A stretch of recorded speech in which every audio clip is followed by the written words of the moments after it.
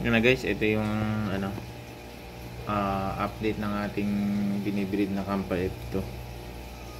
So kung maalala nyo na nag-pair tayo, tapos nag-eggs na. Ito yung male, ito yung female. So ngayon nilagay ko na dito yung ating binibreed or ginawang pagbreeding. So ang nangyari, malfunction yung ating heater kasi dito sa lugar namin medyo malamig, kaya hindi siguro na ano yung eggs, unstable yung temp, kaya wala tayong magagawa guys. Ganun talaga yung ano natin, yung pagbibreeding. Nangyayari talaga to na mga hindi mo inaasahan. Kaya bawi na lang tayo next time, kasi first time pa lang din naman itong mag-lay. So yung male natin proven yan eh.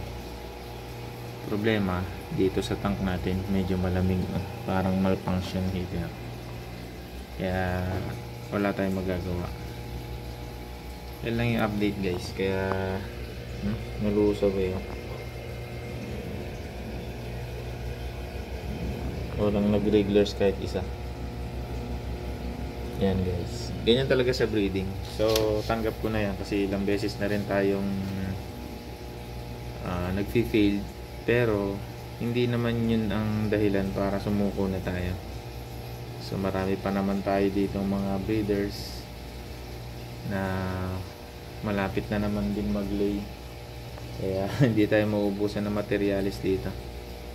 Kaya ito lang yung update guys, para may idea kayo na hindi sila nabuhay.